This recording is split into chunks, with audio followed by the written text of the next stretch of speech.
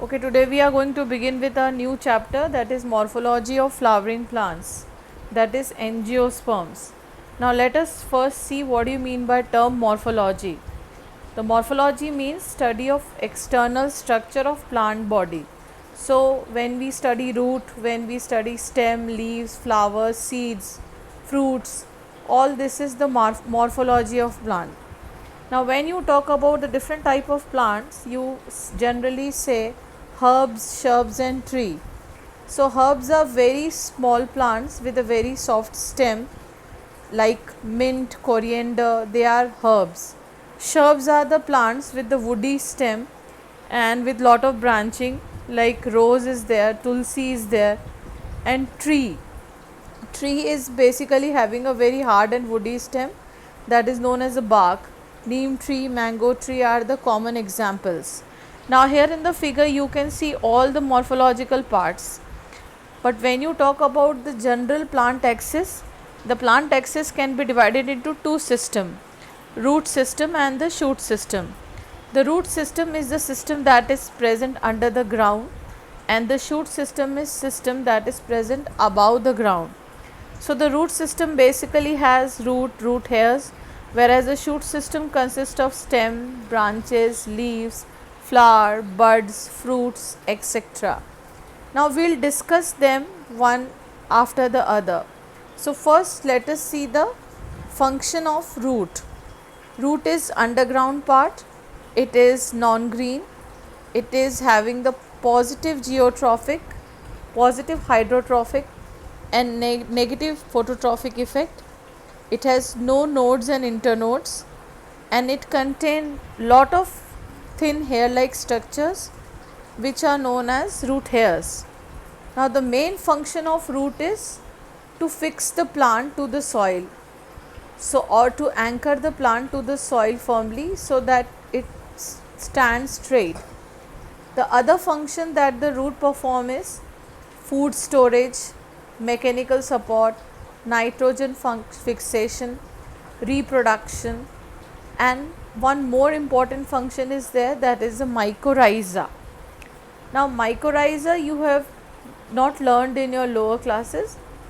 It is basically a symbiotic relationship between the root of higher plant and fungi, where the fungi increases the surface area for better absorption, whereas plant provide nutrition to fungi.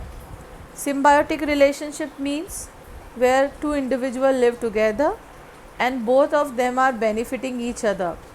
So here in mycorrhiza, the roots are in association with fungi, where fungi gets the food from the root, and in turn the fungi help in better absorption. Now let us come to the next part, that is a different type of roots.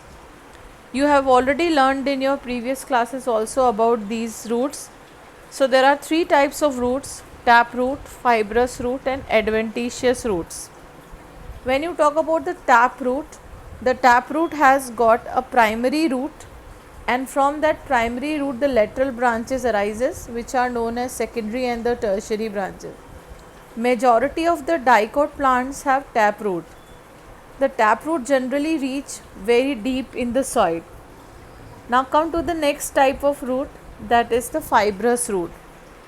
In the fibrous root there is no distinct primary root, and the branches arise from the base, just it is having the appearance of a shaving brush like appearance, where the primary root is not visible. So basically all the monocots are having these type of roots, and these spreads, they don't go into deeper areas, but these spread in their width. Now the third type is the adventitious roots. When the root comes out from the other part except radicle, that is if it comes out from the stem or it comes out from the branches or from leaves, then such type of roots are called adventitious roots. You all have seen the roots, hanging roots of banyan tree, then stilt roots in the monocots like wheat and rice. Then you have also seen the respiratory roots in mangroves. which live in the swampy areas. So these are basically the adventitious roots which are arising from the part other than radicle, whereas the taproot and the fibrous root, they arise from the radicle part. Now the taproot also undergoes the modification and it stores the food. For example, in case of radish, in example of example turnip, then your carrot, all these are roots that stores the food material. Whereas when you talk about the adventitious root, they are basically meant for support. Like prop roots are there, which are basically present in banyan tree. The stilt roots are there, which are in sugarcane and maize. You can see the climbing roots also in case of money plant, which is a creeper. Similarly, there are roots which are performing the vital functions also. Now, for example, in plants that are living in swampy areas like mangroves, they have the conical leaves which come out from the ground and helps in the process of respiration.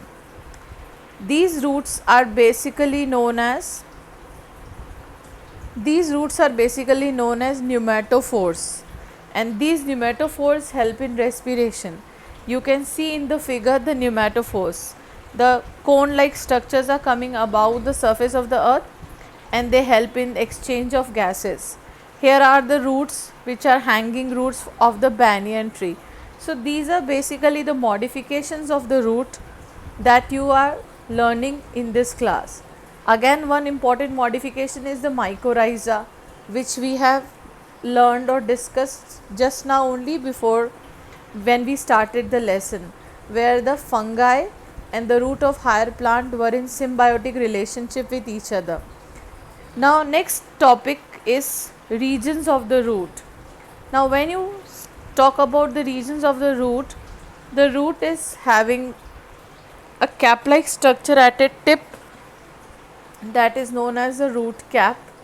Now root cap is very important because when the root penetrate down in the soil, it protects the cells of the meristematic region and allow the root to penetrate deeply. That is the main function of cap. When you put the cap on the head, the cap protects your hairs and head.